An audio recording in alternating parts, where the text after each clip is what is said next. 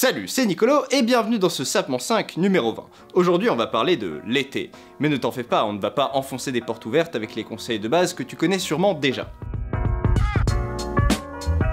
On va plutôt aborder quelques points précis auxquels on pense moins souvent. Numéro 1, un peu plus de volume. Alors, je suis le premier à défendre des coupes bien ajustées tout le reste de l'année.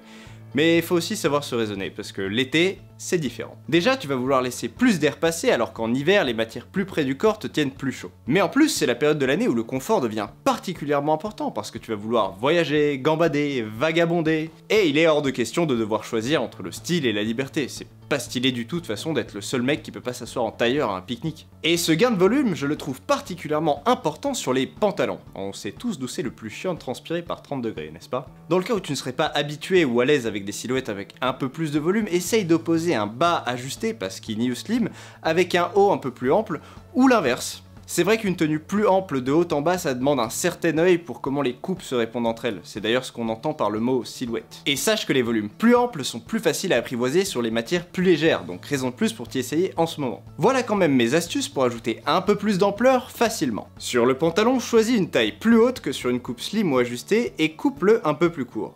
La taille remontée permettra d'allonger les jambes et donc de les raffiner, ce qui compensera le volume supplémentaire. Le pantalon plus court, lui, garantit un tombé net et sans cassure, ce qui est indispensable pour que les volumes ne s'affaissent pas sur eux-mêmes, surtout quand ils sont plus amples. Oui, une coupe avec de l'ampleur qui fait des accordéons, c'est ce qu'on appelle communément un sac à patates.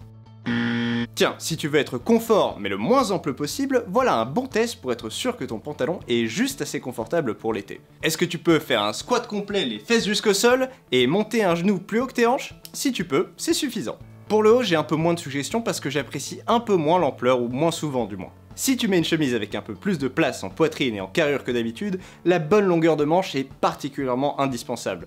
Sinon, tu risques encore d'avoir l'air d'un sac à patates. A défaut, si les manches sont trop longues et que tu n'as pas pu passer chez le retoucheur, tu peux aussi les retrousser correctement.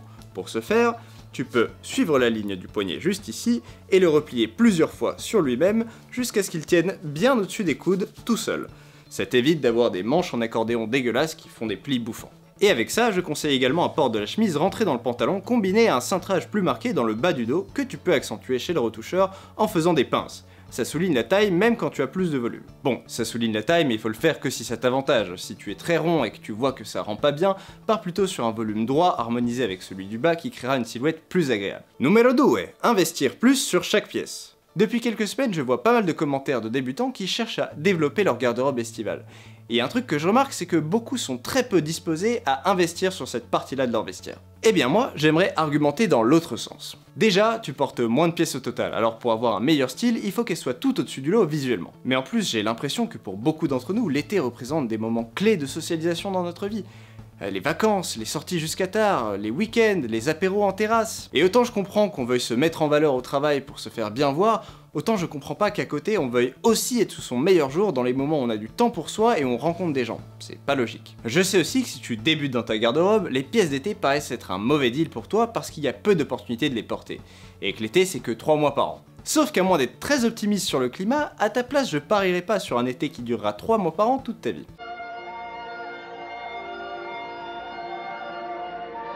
Donc, pour revenir à l'investissement, s'il y a deux choses que tu peux faire pour améliorer ton style en été, c'est d'abord miser à fond sur les matières de tes t-shirts, chemises et pantalons pour leur conférer un peu de cachet, et plus que jamais aller chercher le petit twist sur le basique. Une rayure un peu marquée sur la chemise, ou un cordon de serrage sur le short, ou des pinces, des sandales avec une forme de maintien travaillée. Encore une fois, moins de superposition que pendant les autres saisons, alors chaque pièce doit avoir son caractère. Numéro 3, la chemisette. Oui, mais comment ?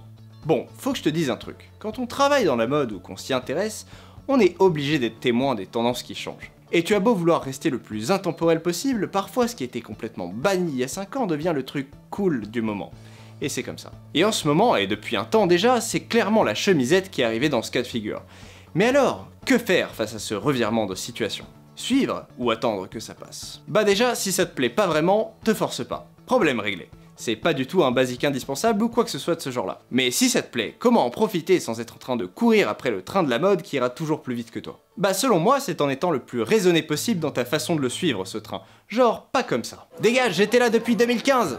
Laisse-moi monter, je suis dans le turfu, moi! Eh les gars, il vous en reste une en 52? On va donc établir ensemble une sorte de petite checklist pour vérifier si cette chemisette que tu as devant toi est très loin dans le côté décalé de la force, ou si elle a une chance de survivre une fois que la mode sera passée à autre chose. Est-ce que le motif est classique comme une rayure ou un imprimé illustratif comme des fleurs? S'il est classique, il aura une meilleure chance de survie s'il n'est pas trop premier degré. Une rayure plus irrégulière par exemple, un jeu de couleurs bien recherché. S'il est imprimé, un dessin bien ancré dans l'imaginaire collectif aura moins de chances de s'essouffler. Les fleurs et compagnie, ça revient toujours au fil du temps. Une estampe japonaise ou la représentation d'un tableau de la Renaissance, c'est très beau en soi, mais c'est pas dit que ça a une très longue vie en termes de style. Regarde aussi l'échelle du motif. Plus un motif est petit, plus il crée une sorte de texture d'ensemble qui se fond dans le regard. Un très gros motif laisse voir de vrais dessins qu'il faut assumer parce qu'ils vont clairement attirer plus d'attention que tout le reste de ta tenue. Est-ce que le motif est très contrasté? Est-ce que les couleurs qui le composent sont faciles? Bleu, beige, blanc, kaki, crème? Ou est-ce qu'on part sur des couleurs un peu voyantes, comme du rouge par exemple? Est-ce qu'il y a des poches, un col particulier ou d'autres détails qui lui confèrent du caractère? Ou est-ce qu'elle est toute simple? Est-ce que la coupe est oversize? C'est une tendance actuelle, et s'il est vrai que la chemisette très ajustée au bras n'est plus trop le propos du moment, c'est encore un facteur qui la rend plus clivante. C'est un subtil équilibre tout ça, mais en regardant la liste, tu auras une idée de si tu es en train d'en faire trop ou trop peu. Oui, trop peu c'est possible, parce que le paradoxe de la chemisette, c'est qu'elle risque qu'elle soit trop fade, et que du coup elle rappelle un peu trop les tristes chemises à manches courtes que les gens portent au bureau quand ils crèvent de chaud. C'est d'ailleurs ce qui lui avait valu ce désamour quasi unanime par le passé, alors ne choisis pas une chemisette toute fade ou avec un micro-motif de l'ennui. C'est une pièce forte que tu ne peux pas assumer qu'à moitié. Si tu es un peu frileux sur le motif, comme c'est mon cas, tu n'es pas obligé. Tu peux t'orienter sur une couleur plus forte avec une belle texture et des détails travaillés comme un col cubain et des poches. Comme ça, c'est plus facile, mais on ne s'ennuie pas non plus. Bon, mais rien de tout ça n'est une règle figée. D'ailleurs, si on n'a jamais écrit de guide de la chemisette chez Bonne Gueule, c'est parce que tout ça est tellement au cas par cas que c'est très difficile d'en extraire de vraies règles. En tout cas, et j'en fais le pari avec toi, je pense que tous les mecs qui ont pris la chemisette à la légère comme un basique facile à choisir en mode YOLO vont finir par s'en mordre les doigts. Numéro 4. Les pieds ou pas les pieds? Après l'épisode d'avant, tu vas finir par croire que ça m'obsède ces histoires de pieds, mais pas du tout, pas moi en tout cas. C'est juste que chaque été, il y a le même débat qui anime les foules. Les sandales, c'est ok ou pas? En ce qui me concerne, autant je vois des visages dans les chaussures, autant je ne comprends pas le traumatisme de l'humanité avec les pieds. Ok, c'est pas la partie la plus gracieuse de notre anatomie, d'accord. Mais je pense que si on a des pieds normaux, propres, c'est pas un drame de les voir. J'ai l'impression que pour certains, la vue des pieds n'est tolérable que si c'est ceux d'une femme modèle pour des escarpins. Mais on a tous envie de sentir la brise sur nos orteils. Libérer les pieds. Bon après, le problème c'est que même si t'es d'accord avec moi, les podophobes, j'ai vérifié, c'est un vrai mot, ils sont partout autour de nous. J'en ai même parmi mes collègues au bureau. Donc t'es obligé de faire un peu attention parce que je crois qu'ils représentent au moins la moitié de la population. Plus sérieusement, je pense qu'au-delà du dégoût de certains, c'est aussi une affaire de symbolique. Les orteils à l'air, ça évoque la décontraction maximale et donc une certaine forme de négligence qui n'est pas la bienvenue partout. Mais si je comprends tout à fait qu'on veuille être pudique au bureau par obligation ou dans le métro par convention, s'il te plaît, ne fais pas partie de ces gens bizarres qui gardent leurs chaussures fermées sur la plage. Franchement, quand tu fais ça, c'est suspect de ouf. Qu'est-ce que tu caches là-dedans? Des tentacules? Un mono-orteil? Mais comment tu fais pour mettre des tongs? Du coup, je t'ai sélectionné quelques bons modèles de sandales qui te rendront confiance en tes pieds. Alors c'est surtout de la bonne cam, donc c'est un peu cher, mais c'est pour que tu vois à quoi ressemble un design sympa. Celle-ci de chez Grenson, qui est très rassurante car elle cache pas mal les orteils. Un bon compromis en somme. Une autre paire dans le même genre de chez Paraboot avec en plus des petits points de couture apparents pour un rendu un peu artisanal. Cette paire-ci de chez Steve Mono qui m'a été suggérée par Jordan avec des petites franges et un joli suédé, trouvable chez Rendez-vous Store. Ou dans un esprit carrément plus relax, c'est Yoke, faite au Japon dans un suédé chatoyant. Tu peux les trouver sur des sites spécialisés dans les marques japonaises qui opèrent je pense dans une certaine zone grise légale et que je ne peux donc pas tout à fait mettre en avant. Mais Google est ton ami.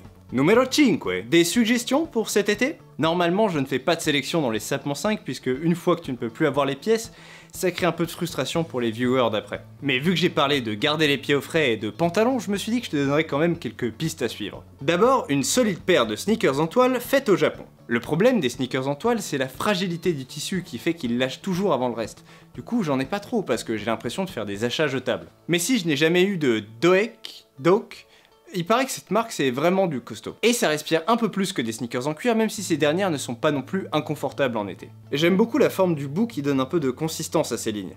Et j'ai une préférence pour le modèle écru qui fait ton sur ton avec la semelle. Pour les shops qui en livrent en Europe, tu peux en trouver chez Beige Beer et Trunk Clothier. Pour d'autres sneakers en toile dont la qualité est réputée, tu peux aussi regarder chez Pras Japan qui sont mieux distribués, une simple recherche Google suffit. Ou encore les Asahi qui sont actuellement soldés chez Officine Générale. Bon par contre je pense que sur le site de Trunk Clothier quand ils disent que pour le canevas des Doek ça prend 3 mois à être tissé, je crois qu'ils racontent un peu n'importe quoi. Ou alors pas 3 mois par paire. C'est pas un katana forgé dans la montagne mon gars. Poursuivons sur les recos de pantalons d'une marque en particulier que vous connaissez bien, les pantalons Pierre et Drew de chez Officine Générale. Tu vois tout à l'heure on parlait de volume et de twister un peu les pièces sur les matières et les détails. Bah si tu veux des pantalons d'été stylés qui correspondent exactement à ça, il s'avère qu'Officine Générale en a actuellement pas mal en solde. Parce que oui, cette marque plein pot ça fait un peu mal quand même. Le modèle Pierre, que j'ai pris en seersucker bleu, est un pantalon à double pince française, c'est-à-dire tourné vers l'intérieur avec une ceinture à la taille. C'est clairement le plus fort des deux. Il est encore pas mal dispo dans un coloris olivacé lumineux et un gris. Si la cuisse vraiment ample du modèle t'effraie, tu peux faire comme moi et retoucher légèrement par l'intérieur de la cuisse. Surtout pas l'extérieur, ça va foutre le bordel dans les pinces. Enfin, le modèle Drew, lui, est dans un esprit un peu plus jog pant élégant. C'est peut-être plus facile à porter si tu n'as pas d'affinité sartoriale. Il y a quand même le confort et les pinces pour le style, mais on est sur quelque chose de moins extravagant. Et voilà, cet épisode est maintenant terminé. Avec ça, j'espère que tu as pu ajouter quelques cordes à ton arc. Et j'espère que chaque été de ta vie sera plus stylé que le précédent. Si toi aussi tu as quelques secrets pour garder du panache pendant la saison, partage-les-nous juste en dessous. Si tu as aimé la vidéo, lâche un petit pouce bleu, abonne-toi si ce n'est pas déjà fait, et comme d'habitude, pose toutes tes questions en commentaire, je réponds à tout le monde.